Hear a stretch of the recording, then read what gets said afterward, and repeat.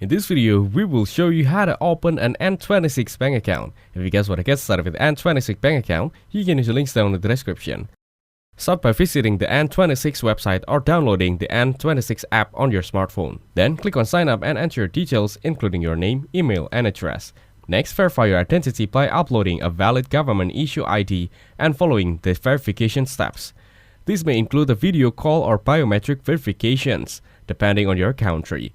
Once your identity is confirmed, choose the type of N26 account you want, such as Standard, Smart, U, or Metal.